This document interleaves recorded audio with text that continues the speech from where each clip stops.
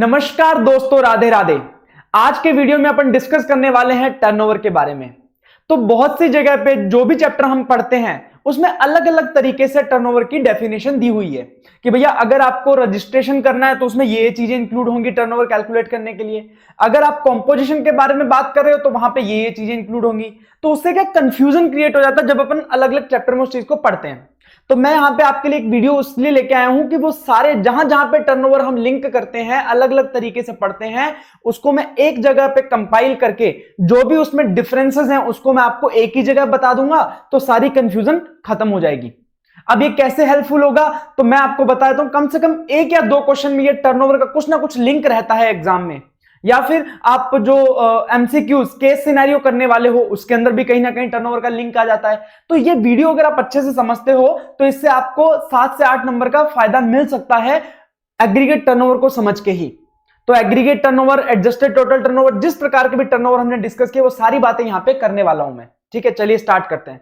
तो सबसे पहले अपन टर्नओवर समझ लेते हैं। जीएसटी के हिसाब से टर्नओवर क्या होता है, मतलब ये चीजें तो सब जगह पे एप्लीकेबल रहेंगी, चाहे आप रजिस्ट्रेशन पढ़ लेना, कंपोजिशन पढ़ लेना, या फिर पढ़ लेना इनपुट टैक्स क्रेडिट या रिफंड।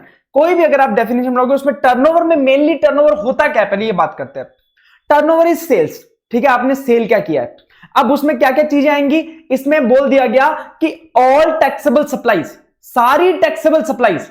टैक्सेबल में इंट्रास्टेट सप्लाई भी आ सकती है, इंटरस्टेट सप्लाई भी आ सकती है। जो भी टैक्सेबल सप्लाई है जीएसटी के अंदर टैक्सेबल है वो यहां पे कवर हो जाएगी। कहां पे?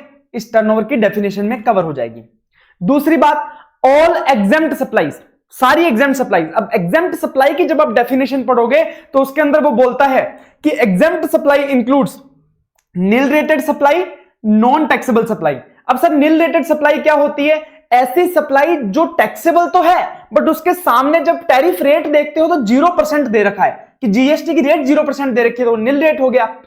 अगर कोई सप्लाई टैक्सेबल ही नहीं है जीएसटी में, कौन सी? जैसे अल्कोहल के बारे में हमने पढ़ा था, या वो 5 पेट्रोलियम प्रोडक्ट पढ़े थे जिसके ऊपर जीएसटी लगता ही नहीं है अभी के लिए, तो वो बोलते हैं नॉन टैक्सेबल सप्लाईज। तो एग्जेम्प्ट सप्लाई में नॉन टैक्सेबल सप्लाई भी आ जाएगी, नील रेटेड सप्लाई भी आ जाएगी, उसी के साथ ऐसी सप्लाईज भी आ जाएंगी जिनको एग्जेम्प्ट किया गया है गवर्नमेंट के द्वारा।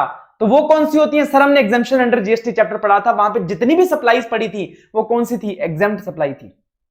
तो एग्जेम्प्ट सप्लाई सारी आ जाएंगी, पर ध्यान रखना यहां पे शेड्यूल 3 वाली चीजें यहां पे नहीं आएंगी, क्योंकि शेड्यूल 3 को हम क्या बोलते हैं? Neither supply of goods neither supply of services.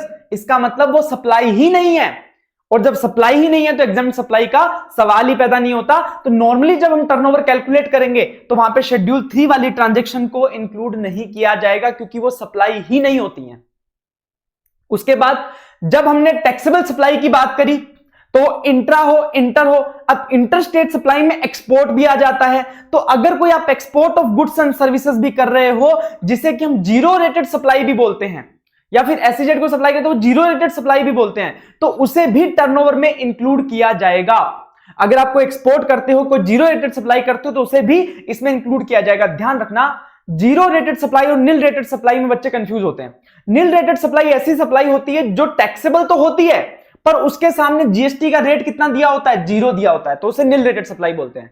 Zero rated supply में 2 सप्लाईज डिफाइन है, supply of goods and services to SEZ unit of developer और export of goods and services. ये दोनों चीजें क्या होती है? जीरो रेटेड सप्लाई होती है। ठीक है, इसका जो डिफरेंस है वो डिटेल में मैंने आपको इंपोर्ट एक्सपोर्ट चैप्टर में बताया है।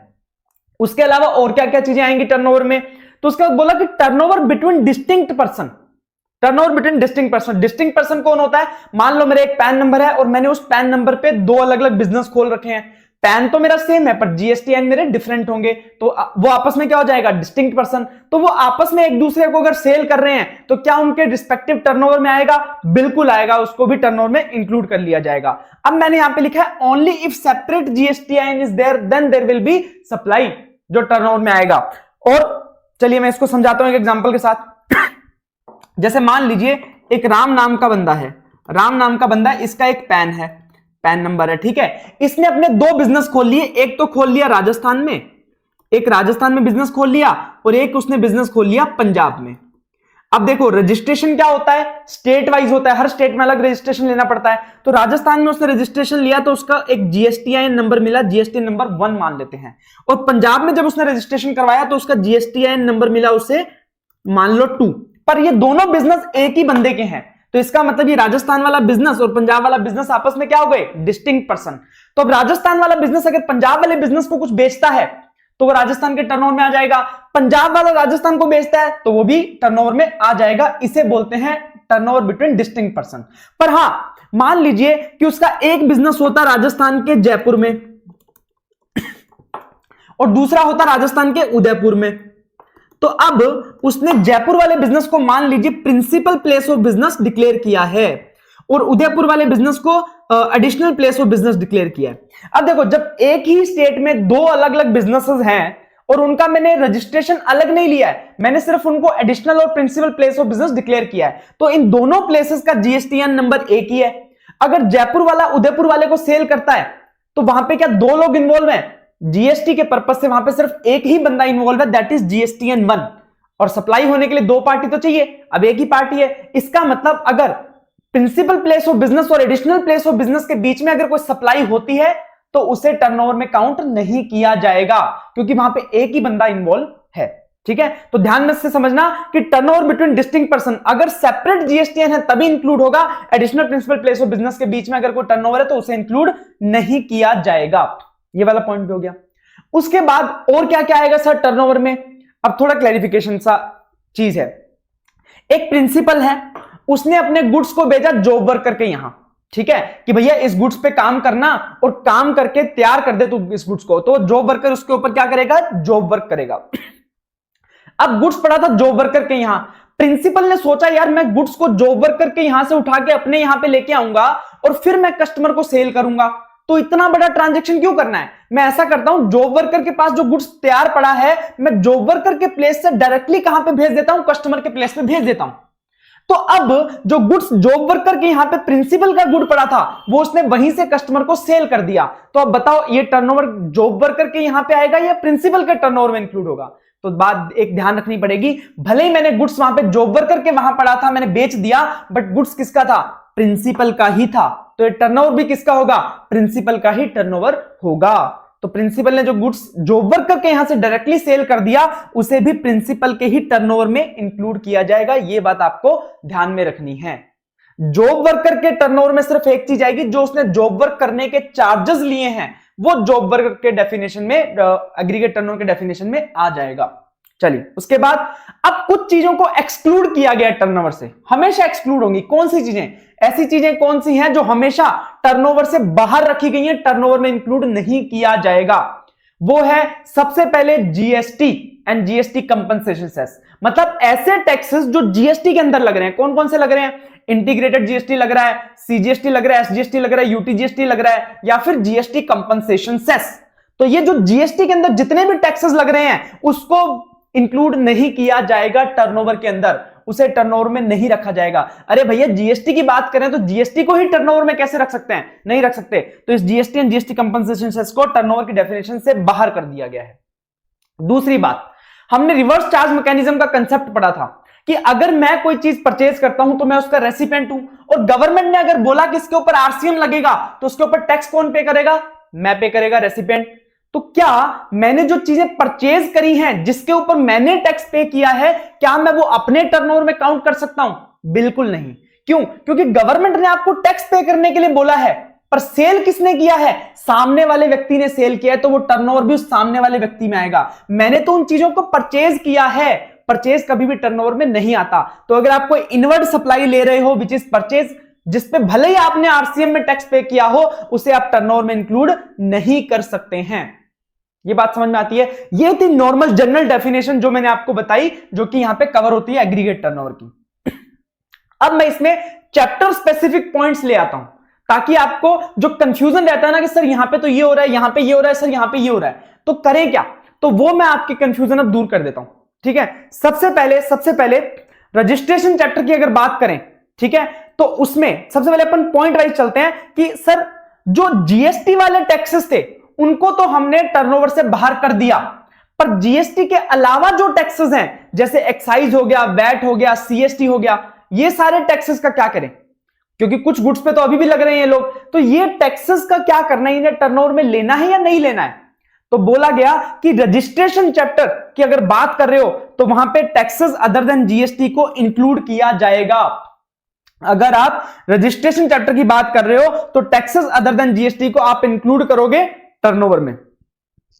अगर आप बात कर रहे हो कॉम्पोजिशन स्कीम की, कॉम्पोजिशन स्कीम के लिए अगर आप एग्रीगेट टर्नओवर कैलकुलेट कर रहे हो तब भी आप जीएसटी के अलावा जो टैक्सेस हैं उन्हें इंक्लूड करोगे आपके टर्नओवर में। बट हां, अगर आप इनपुट टैक्स क्रेडिट चैप्टर की बात करोगे, रूल 42 रूल 43 में जो रिवर्सल करना होता है आपको कॉमन इनपुट का, वहां पे आपको टर्नओवर की जरूरत पड़ती है। तो इनपुट टैक्स क्रेडिट में अगर आप बात करोगे टर्नओवर कैलकुलेट करने की, तो ऐसे केस में आपको जीएसटी के अलावा जो टैक्सेस है, जैसे एक्साइज हो गया, वैट हो गया, सीएसटी हो गया, इसको टर्नओवर में इंक्लूड नहीं करना है, टर्नओवर से बाहर रखना है। तो कहने का मतलब जो आपके टैक्सेस अदर देन जीएसटी हैं वो रजिस्ट्रेशन और कॉम्पोजिशन चैप्टर के लिए इंक्लूड होंगे टर्नओवर में, लेकिन आईटीसी के पर्पज से उन्हें इंक्लूड नहीं किया जाएगा। फॉर एग्जांपल, जैसे मान लो कोई बंदे ने 1 करोड़ रुपीस की क्या कर दी, शराब बेच दी, 1 करोड़ रुपीस की शराब बेच दी। अब 1 करोड़ रुपीस में से 20 लाख रुपए उसका क्या है, 20 लाख रुपीस क्या है उसका, वैट है, वैल्यू एडेड टैक्स। तो सर अगर हम कैलकुलेट कर रहे हैं टर्नओवर, तो सर ये पूरा 1 करोड़ लेंगे या फिर ये वाला पार्ट हटा के सिर्फ 80 लाख लेंगे? तो बात ध्यान रखना, अगर आप रजिस्ट्रेशन और कॉम्पोजिशन चैप्टर के लिए अगर कैलकुलेट कर रहे हो तो उसका टर्नओवर होगा 1 करोड़। बट अगर आप कैलकुलेट कर रहे हो आईटीसी के पर्पस से, रूल 42 43 के पर्पस से, तो यहां पे टर्नओवर 1 करोड़ की जगह 80 लाख होगा, क्योंकि जो टैक्सेस अदर देन जीएसटी है उसको भी जीएसटी से यहां पे टर्नओवर से बाहर रखा जाएगा। एक बात क्लियर हो गई। अब दूसरी बात पहले अपन बात कर लेते हैं इनपुट टैक्स क्रेडिट का, जो रूल 42 43 है ना, उसके बारे में बात कर लेते हैं। ठीक है, रूल 42 43 में हमने एग्जेम्प्ट सप्लाई कैलकुलेट करते हैं और टोटल टर्नओवर कैलकुलेट करते हैं, ताकि हम कॉमन क्रेडिट को उस प्रोपोर्शन में रिवर्स किया जा सके। ठीक है, तो जब भी आप एग्जेम्प्ट सप्लाई कैलकुलेट करोगे या टोटल टर्नओवर कैलकुलेट करोगे, तो उनमें कुछ चीजों को यहां पे इंक्लूड करने के लिए बोला गया है जो नॉर्मली इंक्लूड नहीं हो रही हैं, पर यहां पे स्पेसिफिकली बोल दिया गया कि अगर आप रूल 42 और 43 के लिए एग्जेम्प्ट सप्लाई या फिर टोटल टर्नओवर कैलकुलेट कर रहे हो तो वहां पे इन चीजों को इंक्लूड करना है। ऐसी कौन कौन सी चीजें हैं उनकी बात करेंगे। सर इंक्लूड क्यों नहीं हो रहे थे? क्योंकि ये सप्लाई ही नहीं है। जो मैं बातें करने वाला हूं, 4 चीजें बात करने वाला हूं, वो सप्लाई में ही नहीं आते। तो सर सप्लाई में नहीं आते तो टोटल टर्नओवर एग्जेम्प्ट सप्लाई में कैसे आ सकते हैं? नहीं आ सकते। तो इसीलिए रूल 42 रूल 43 में स्पेसिफिकली बोल दिया गया कि इन 4 चीजों को भी आपको इंक्लूड करना है, भले ये सप्लाई ना है फिर भी इन्हें इंक्लूड करना है। कौन कौन सी चीजें देखिए, उन्होंने बोला कि अगर आप sale of land and building करते हो, sale of land and building करते हो जो कि शेड्यूल 3 में आता है, इसका मतलब सप्लाई नहीं है। तो उन्होंने बोला भले ही सप्लाई नहीं है पर रूल 42 43 के पर्पज से आपको क्या करना पड़ेगा, उसका स्टैंप ड्यूटी वैल्यू, उसका स्टैंप ड्यूटी वैल्यू कितने में सेल हुआ कितने में परचेज हुआ कोई मतलब नहीं है, उसका स्टैंप ड्यूटी वैल्यू कितना है उसको आपको इंक्लूड करना पड़ेगा एज ए एग्जेम्प्ट सप्लाई और टोटल टर्नओवर में भी। उसके बाद सेल ऑफ सिक्योरिटीज, जब आप कोई सिक्योरिटी सेल करते हो तो वो ना तो गुड्स होता है ना सर्विस होता है, और जब गुड्स और सर्विस नहीं है तो सप्लाई भी नहीं हो सकता। तो ideally sale of security is not a supply, but again बोल दिया गया कि भले वो सप्लाई नहीं है पर रूल 42 43 के पर्पस से उसे सप्लाई में इंक्लूड किया जाएगा। कितना किया जाएगा? 1% ऑफ द सेल वैल्यू। कितने में परचेज किया गया कोई मैटर नहीं करता, कितने में आपने सेल किया उसका 1% आपको क्या करना पड़ेगा, आपके इंक्लूड करना पड़ेगा एग्जेम्प्ट सप्लाई में भी और टोटल टर्नओवर में भी फॉर रूल 42 एंड 43। उसके अलावा अगर आप रिवर्स चार्ज मैकेनिज्म वाली सप्लाई आउटवर्ड सप्लाई करते हो, जैसे मान लीजिए मैंने कोई ऐसी सप्लाई प्रोवाइड कराई है जिसके ऊपर रिवर्स चार्ज मैकेनिज्म लगता है, तो उसके ऊपर टैक्स मैं तो पे नहीं करूंगा, कौन करेगा? सामने वाला रेसिपिएंट पे करेगा जिसको मैंने सप्लाई दी है।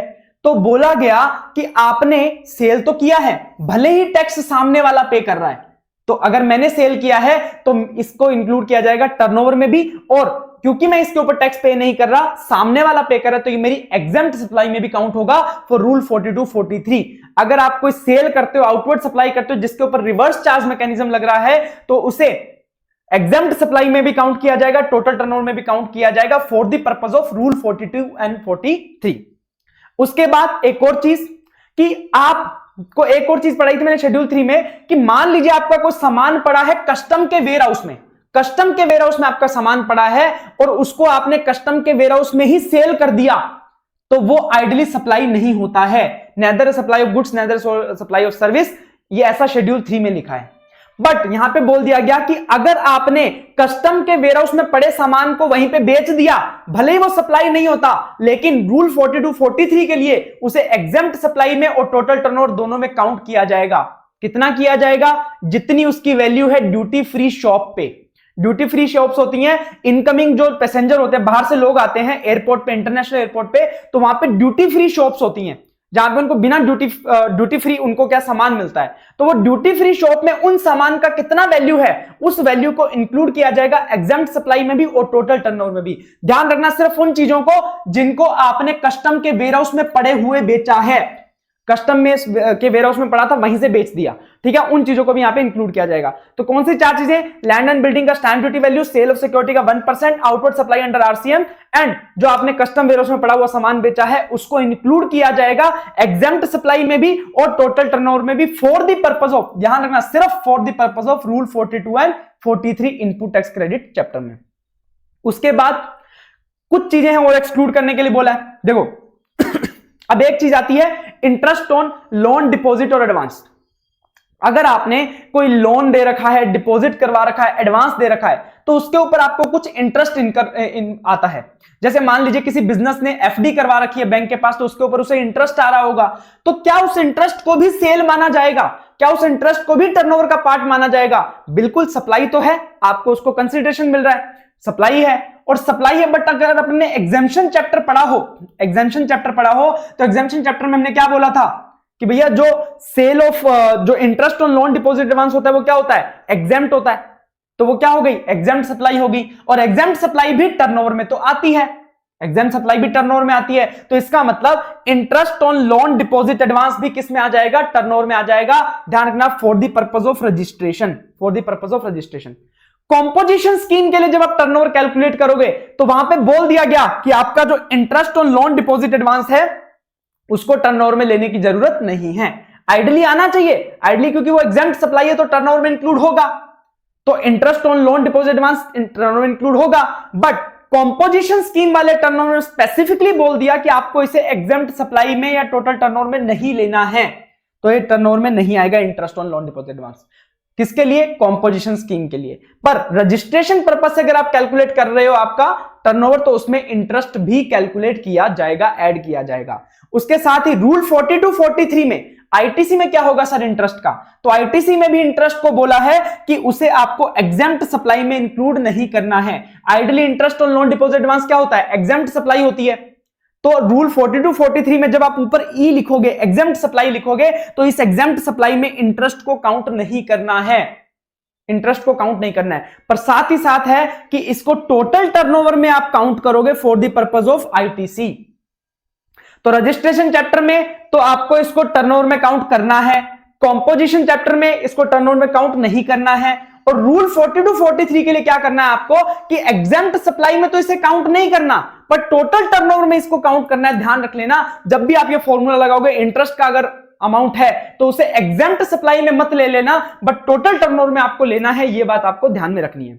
उसके बाद अगर आपको ड्यूटी स्क्रिप्ट्स सेल करते हो, आपको जब आप एक्सपोर्ट के बेनिफिट मिलते हैं तो उसमें कुछ ड्यूटी स्क्रिप्ट्स होती हैं, ठीक है, तो उन ड्यूटी स्क्रिप्ट्स को आप सेल कर सकते हो। तो उन ड्यूटी स्क्रिप्ट्स का आप सेल करते हो तो उन्हें भी इंटरेस्ट की तरह इंक्लूड नहीं करना है एग्जेम्प्ट सप्लाई में, पर हां टोटल टर्नओवर में इंक्लूड किया जाएगा for the purpose of rule 42 43। तो इस प्रकार से ये डिफरेंस है, जो रजिस्ट्रेशन में कैसे काउंट करेंगे, कंपोजिशन में कैसे काउंट करेंगे, रूल 42 43 में कैसे काउंट करेंगे, ये डिफरेंसेस आपको दिए हुए हैं यहां पे। उसके बाद रिफंड की बात कर लेते हैं कि सर रिफंड चैप्टर में हम एडजस्टेड टोटल टर्नओवर कैलकुलेट करते हैं, एडजस्टेड टोटल टर्नओवर कैलकुलेट करते हैं। उसके बाद zero rated supply of goods करते हैं, zero rated supply of service calculate करते हैं। चलिए पहले फॉर्मूला लिख लेते हैं, फिर अपन एक एक चीज पे आते हैं। क्या क्या फॉर्मूला था रिफंड चैप्टर में? रिफंड चैप्टर में रिफंड के लिए फॉर्मूला था एक्सपोर्ट के केस में zero rated supply of goods, zero rated goods plus zero rated supply of services, ठीक है। उसके बाद divided by adjusted total turnover, adjusted total turnover और इनटू था नेट आईटीसी। यही फॉर्मूला होता था रिफंड चैप्टर में। तो अपन इन तीनों पे बात कर लेंगे। देखो, पहली बात बोल दी गई कि एडजस्टेड टोटल टर्नओवर में एग्जेम्प्ट सप्लाई नहीं आएगी। नॉर्मली हम पूरे टर्नओवर में एग्जेम्प्ट सप्लाई को भी ले रहे थे, हमने ऊपर पढ़ा था कि भैया टैक्सेबल भी आएगी, एग्जेम्प्ट सप्लाई भी आएगी, पर बोल दिया गया कि रिफंड चैप्टर के पर्पस से जब अपन 89(4) और 5 जो रूल है वो रिफंड कैलकुलेट करने के लिए यूज कर रहे हैं, तो वहां पे एडजस्टेड टोटल टर्नओवर में आपको एग्जेम्प्ट सप्लाई को इंक्लूड नहीं करना है unless and until it is a zero rated supply. For example, मान लीजिए मैं बुक्स सेल करता हूं, बुक्स क्या होती हैं? एग्जेम्प्ट होती हैं, ठीक है, बुक्स एग्जेम्प्ट होती हैं। अब इन बुक्स का अगर मैं सेल करता हूं, ये एग्जेम्प्ट है, इंडिया में सेल करता हूं, एग्जेम्प्ट है भैया, तो एग्जेम्प्ट है तो उसे मैं एडजस्टेड टोटल टर्नओवर में काउंट नहीं करूंगा। पर मान लीजिए इन्हीं बुक्स का मैं क्या कर रहा हूं? एक्सपोर्ट कर रहा हूं। इन्हीं बुक्स का मैं क्या कर रहा हूं? एक्सपोर्ट कर रहा हूं, आउट ऑफ इंडिया सेल कर रहा हूं। तो जब मैं एक्सपोर्ट करता हूं किसी चीज को, तो वो क्या नेचर ले लेता है? जीरो रेटेड सप्लाई का, क्योंकि मैंने जीरो रेटेड सप्लाई में बताया था कि एक्सपोर्ट या फिर सप्लाई टू एसईजेड और यूनिट और डेवलपर। तो अगर ये वाली कोई सप्लाई कर रहा हूं तो वो अपना मेन नेचर छोड़ देता है। अब भले बुक्स एग्जेम्प्ट थी, बट इसका मेन नेचर जो एग्जेम्प्ट सप्लाई वाला था उसे छोड़ दो, ये क्या बन गया? जीरो रेटेड सप्लाई बन गया। और अगर जीरो रेटेड सप्लाई बन गया तो इसे टर्नओवर में इंक्लूड किया जाएगा। तो कहने का मतलब रिफंड के केस में अगर कोई एग्जेम्प्ट सप्लाई है तो उसे इंक्लूड नहीं किया जाएगा, लेकिन अगर वही एग्जेम्प्ट सप्लाई का आप एक्सपोर्ट या एसईजेड यूनिट डेवलपर को सेल कर रहे हो तो वो एडजस्टेड टोटल टर्नओवर में काउंट कर लिया जाएगा। उसके बाद zero rated supply of goods की बात करें, zero rated supply of goods की बात करें तो उसमें एक पेज था रिफंड चैप्टर में। क्या पेज था? चलिए बात करते हैं। हमने बोला कि भैया zero rated supply of goods जब काउंट करोगे ना तो उसमें क्या करना, उसमें बोला गया कि भैया यहां पे एक रेस्ट्रिक्शन लग जाएगा कि एक सर्टेन वैल्यू से ऊपर नहीं हो सकता। वो क्या था? 1.5 टाइम्स ऑफ डोमेस्टिक वैल्यू। मान लीजिए मैंने कुछ गुड्स डोमेस्टिक मार्केट में बेचा है, मैंने कोई गुड्स बेचा है डोमेस्टिक मार्केट में, वो मैंने बेचा है 10 लाख रुपए का, 10 लाख रुपीस, ठीक है। उसके बाद एक मैंने गुड्स किया है एक्सपोर्ट, गुड्स एक्सपोर्टेड, वो मैंने किया है, ये मान लीजिए 20 लाख रुपीस, ठीक है। जो गुड्स मैंने एक्सपोर्ट किया है ना, जो मैंने गुड्स एक्सपोर्ट किया है उसको अगर मैं डोमेस्टिक मार्केट में सेल करता, तो it would have been sold at the rate of 12 lakh. तो ये वाला इंडिया में 12 लाख रुपए का बिक जाता, 12 लाख रुपीस का बिक जाता। अब मुझे कैलकुलेट करना है कि यहां पे जो zero rated supply of goods आएगा वो कितना आएगा और ये एडजस्टेड टोटल टर्नओवर कितना आएगा। तो हमने zero rated supply of goods के केस में बोला था कि हम वास्तव में कितने का हमने एक्सपोर्ट किया है हमने 20 लाख रुपए का, 20 lakh rupees, which is FOB value और invoice value whichever is lower, ठीक है। और यहां पे रेस्ट्रिक्शन लगाया गया था 1.5 टाइम्स ऑफ डोमेस्टिक वैल्यू। कहने का मतलब कि जिन गुड्स को आपने एक्सपोर्ट किया है, अगर उन्हीं गुड्स को अगर डोमेस्टिक मार्केट में सेल करते तो कितने का बिकता? उसका 1.5 टाइम। तो 20 लाख और 1.5 टाइम ऑफ 12 लाख कितना हो गया? 1.5 टाइम ऑफ 12 लाख, ये हो जाएगा 18 लाख रुपीस। तो which ever is lower 18 lakh. तो ये जो zero rated supply of goods है वो आपका कितना आ गया? 18 लाख रुपीस हो गया। तो जो zero rated supply of goods है वो कितना आ गया? 18 लाख रुपीस। अब बात करते हैं टोटल टर्नओवर की। तो 18 लाख रुपीस का तो आपने क्या कर दिया? एक्सपोर्ट कर दिया, और 10 लाख रुपीस का आपने डोमेस्टिक मार्केट में डोमेस्टिक सेल किया है। तो टोटल टर्नओवर आपका कितना आ जाएगा? 28 लाख आ जाएगा।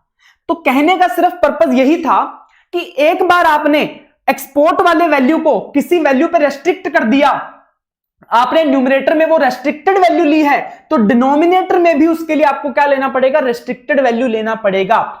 अगर आपने न्यूमरेटर में 18 लाख लिया है किसी सप्लाई के लिए, तो ऐसा नहीं है कि उसके डिनोमिनेटर में 20 लाख ले लोगे, उसके लिए फिर डिनोमिनेटर में भी 18 लाख ही लेना पड़ेगा। तो यहां पे बोला गया कि restricted to 150% of price in domestic market, in such cases same has to be taken care in adjusted total turnover in the denominator. क्योंकि न्यूमरेटर में आप एक ही चीज के लिए जो वैल्यू ले रहे हो, डिनोमिनेटर में अगर अलग लोगे तो कैसे सही चलेगा?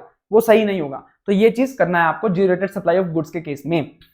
Zero rated supply of service की बात करें तो मैं आपको थोड़ा सा याद दिलवा देता हूं, क्या बात किया था हम, उसको कैसे कैलकुलेट करते थे। हम कैलकुलेट करते भाई कितना अमाउंट मेरे को रिसीव हुआ उस टैक्स पीरियड में, प्लस मैंने इस टैक्स पीरियड में कितना सर्विसेज प्रोवाइड किया जिसके लिए मेरे को पहले ही पैसा मिल चुका है, उसको ऐड करता था। लेस करता था कि जितना जो मुझे पैसा मिला उसके लिए मैं अभी सप्लाई प्रोवाइड नहीं कर रहा हूं, फ्यूचर में प्रोवाइड करूंगा, तो वो लेस कर देता था। मतलब अक्रूवल बेसिस पे मैं zero rated supply of service calculate करता था और उसे अपने फॉर्मूला में यूज करता था, और उसी फॉर्मूला को, उसे zero rated supply of service जो मैंने कैलकुलेशन करके निकाला है, उसे ही मैं टोटल टर्नओवर में भी ऐड करता था।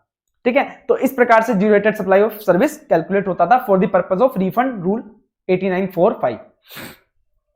उसके बाद इसमें एक और मेन कंसेप्ट था डीम्ड एक्सपोर्ट वाला, जहां पे बच्चे बहुत ज्यादा कंफ्यूज हो जाते हैं। तो इसमें आपको सिंपल से दो चीजें याद रखनी है। दो सिनेरियो बनते हैं कि आपने कोई डीम्ड एक्सपोर्ट किया, आपने कोई एक्सपोर्ट ओरिएंटेड यूनिट को आपने सामान बेचा है, ठीक है। अब उसमें हो सकता है, वहां पे ऑप्शन होता है या तो सप्लायर रिफंड ले ले, या फिर जो रेसिपिएंट है वो उसका रिफंड ले ले, या फिर उसका इनपुट टैक्स क्रेडिट ले ले। अब क्या हुआ, मैं पहला सिनेरियो लेके चलता हूं कि रेसिपिएंट ने उसका क्या ले लिया, इनपुट टैक्स क्रेडिट ले लिया। मैंने सेल किया और रेसिपिएंट ने उसका इनपुट टैक्स क्रेडिट ले लिया, जो कि ईओयू था, एक्सपोर्ट ओरिएंटेड यूनिट था। तो जब रेसिपिएंट ने आईटीसी ले लिया, तो मुझे एक बात बताओ, जब मैं नॉर्मल सेल करता हूं उसमें क्या करता हूं, मैं गुड्स सेल करता हूं और सामने वाला उसका क्रेडिट ले लेता है, और ऐसा ही अभी भी हुआ है, चाहे वो सामने ईओयू हो। तो इसे नॉर्मल सेल की तरह ट्रीट करेंगे रादर देन एक्सपोर्ट की तरह। और नॉर्मल सेल को हम रिफंड के फॉर्मूला में कैसे ट्रीट करते हैं कि हम भाई वो जो नॉर्मल सेल होती है उसको टोटल टर्नओवर में ले लेते हैं, डिनोमिनेटर में, न्यूमरेटर में नहीं लेते हैं। तो अगर रेसिपिएंट ने उसका आईटीसी ले लिया है डीम्ड एक्सपोर्ट के केस में, तो उसे नॉर्मल सेल की तरह ट्रीट करना है, टोटल टर्नओवर में ले लेना है, बट न्यूमरेटर में, जीरो रेटेड सप्लाई में नहीं लेना है। यह बात अपने को समझती है।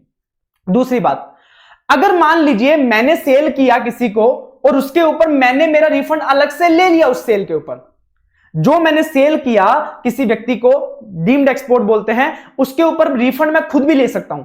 अब जब मैंने पूरा उसका रिफंड अलग से सेपरेटली ले ही लिया है, तो क्या वो चीज इस रिफंड के फॉर्मूला में आनी चाहिए?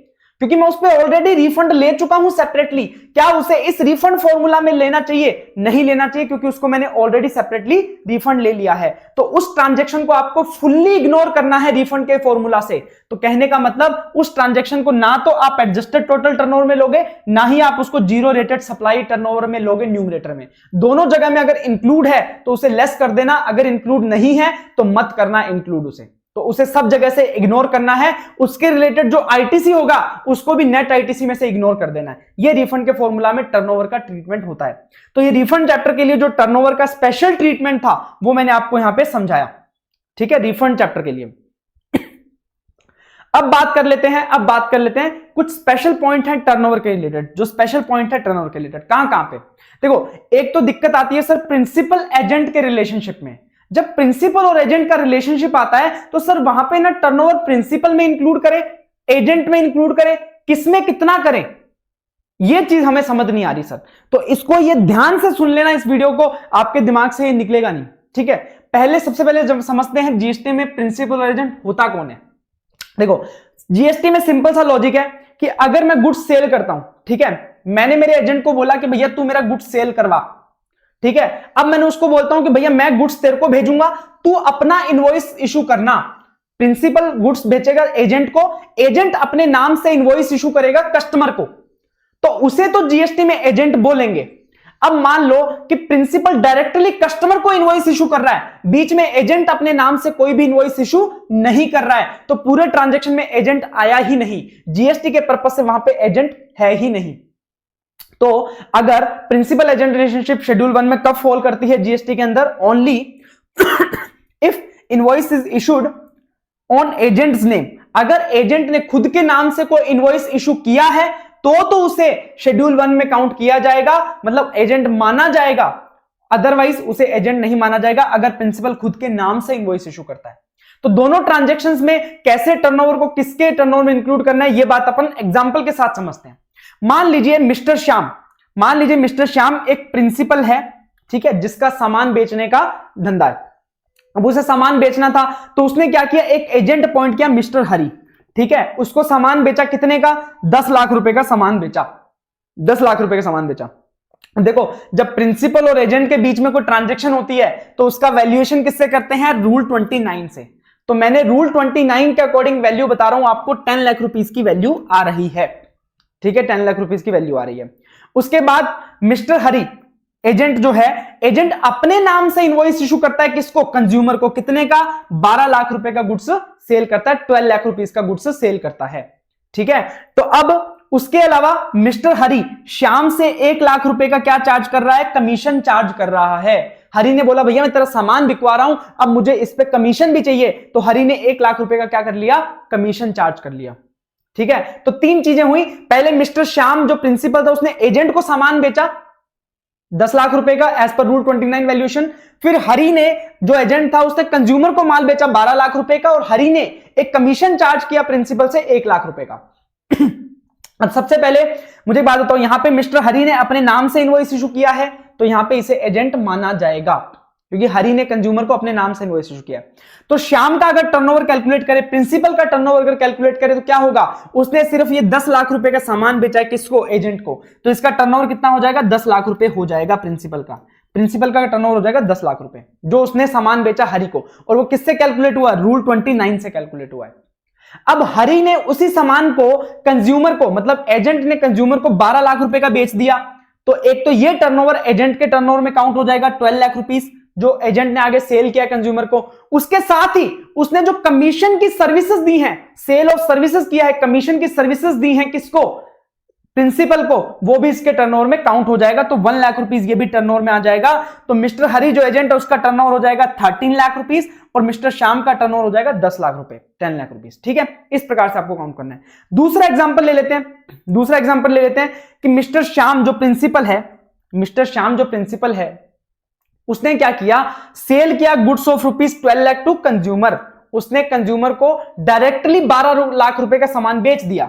बीच में एजेंट ने अपना इनवॉइस इशू नहीं किया। यहां पे हरी ने अपने नाम से इनवॉइस इशू नहीं किया, सिर्फ उसने उस कंज्यूमर को बोला कि भैया इस श्याम नाम के बंदे के पास माल मिल जाएगा तेरे को, मैं वहां से तेरा सेल करवा देता हूं। और प्रिंसिपल ने डायरेक्टली इनवॉइस किसको इशू कर दिया? कंज्यूमर को। और हरी ने उसके लिए एक कमीशन चार्ज कर लिया 1 लाख रुपए का, किससे? प्रिंसिपल से। अब हरी ने अपने नाम पे इनवॉइस इशू नहीं किया, तो कहने का मतलब हरी ने कोई भी सप्लाई ऑफ गुड्स नहीं किया है। तो सप्लाई ऑफ गुड्स सिर्फ किसने किया? प्रिंसिपल ने कंज्यूमर को, विच इज 12 लाख रुपीस। तो 12 लाख रुपीस का टर्नओवर हो जाएगा मिस्टर श्याम का। हरी का सप्लाई ऑफ गुड्स से रिलेटेड कोई भी टर्नओवर नहीं, क्योंकि अपने नाम से उसने कोई भी इनवॉइस इशू नहीं किया है। हाँ, हालांकि एजेंसी सर्विसेज जरूर प्रोवाइड कराइए 1 लाख रुपए की, वो हरी के टर्नओवर में इंक्लूड हो जाएगा, एजेंट के टर्नओवर में इंक्लूड हो जाएगा कमीशन का टर्नओवर। इस प्रकार से काउंट करते हैं।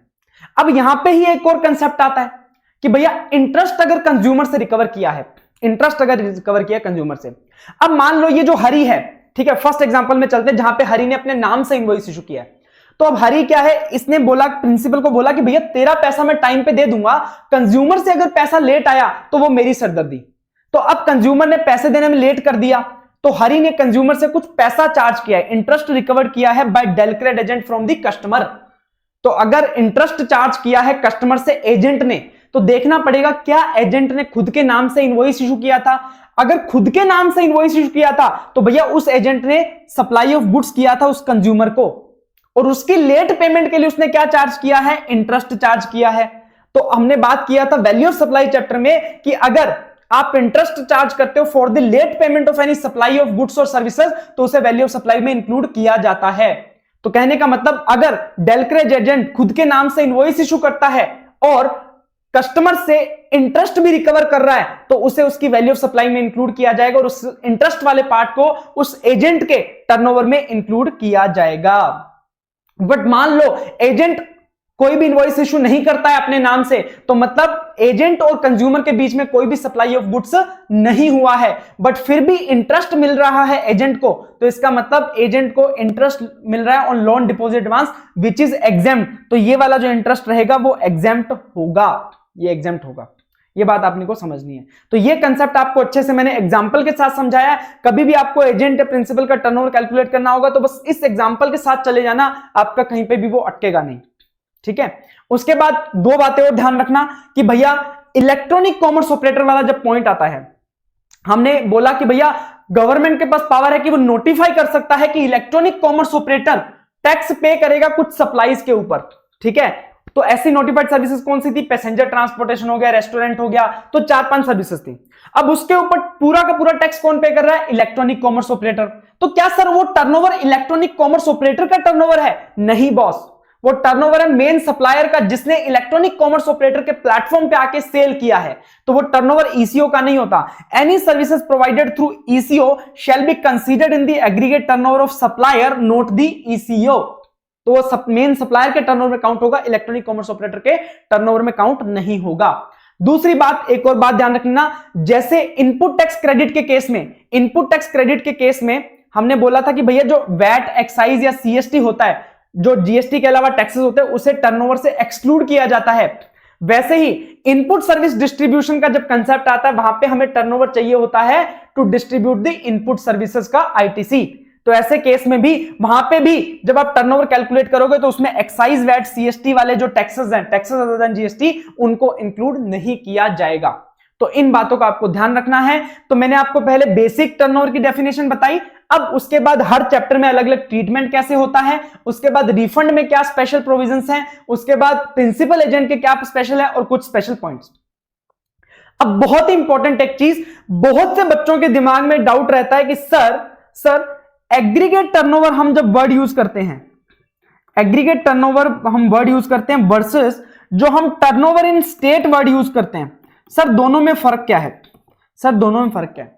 दोनों सेम चीज है, दोनों सेम चीज है, बस एक छोटा सा डिफरेंस ये है कि एग्रीगेट टर्नओवर में जो टर्नओवर देखा जाता है वो ऑल इंडिया पैन बेसिस पे देखा जाता है, और टर्नओवर इस स्टेट में जो देखा जाता है टर्नओवर, वो एक पर्टिकुलर स्टेट का देखा जाता है, वो एक पर्टिकुलर स्टेट का देखा जाता है। फॉर एग्जांपल मान लीजिए राम नाम का बंदा है, ठीक है, उसने बिजनेसेस हैं राजस्थान, पंजाब और हरियाणा।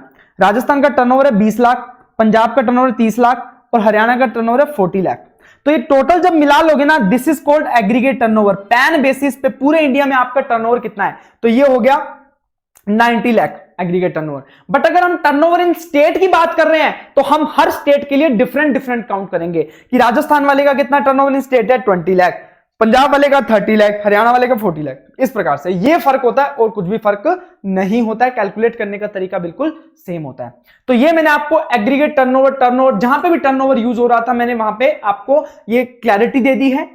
अब इसके रिलेटेड अगर कोई भी डाउट रहता है तो आप मुझसे पूछ सकते हो। इसका जो ये नोट्स है ये भी मैं आपको टेलीग्राम चैनल में प्रोवाइड कर दूंगा, तो कोई दिक्कत वाली बात नहीं है। कुछ भी डाउट आता है तो आप मुझसे पूछ सकते हो। लास्ट डे रिवीजन में आपके बहुत काम आएगा, अच्छे से देख लेना, 5-7 नंबर का फायदा हो जाएगा। थैंक यू सो मच, आज के लिए इतना ही।